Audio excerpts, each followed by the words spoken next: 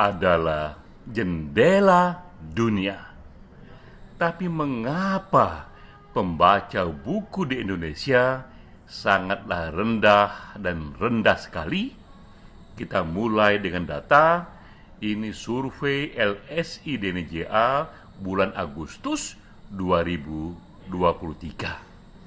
Ternyata yang sempat membaca buku setahun terakhir, satu buku saja, ternyata hanyalah 22,5% saja.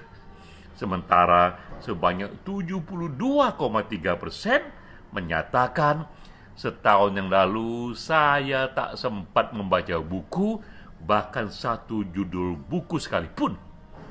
Ini sangatlah rendah, hanya 22% dari populasi yang membaca buku, artinya hanya 1 dari 5 orang Indonesia yang membaca buku.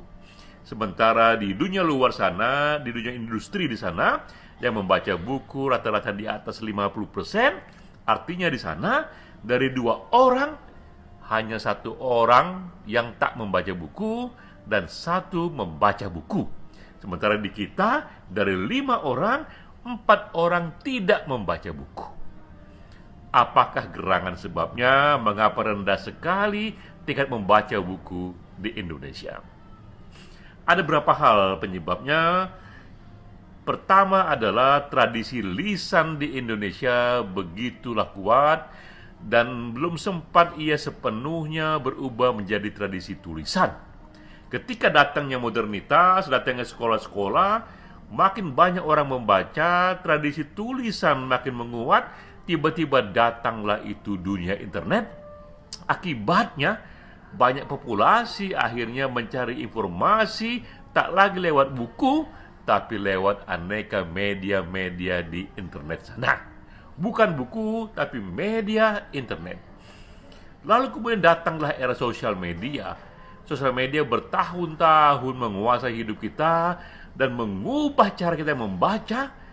Berita-berita di sana yang kita baca umumnya durasinya hanya 1-5 menit saja. Akibatnya kita kurang stamina membaca tulisan panjang. Kita hanya terbiasa membaca tulisan yang ringkas saja, 1-5 menit saja. Untuk baca buku butuh waktu berjam-jam, bahkan berhari-hari. Akibatnya kembali buku tidak populer. Padahal buku adalah jendela dunia. Karena itu saatnya kembali kita gerakkan, kita galakkan tradisi membaca buku, bahkan dari usia kanak-kanak. Demikianlah ekspresi data bersama saya, Denny J.A.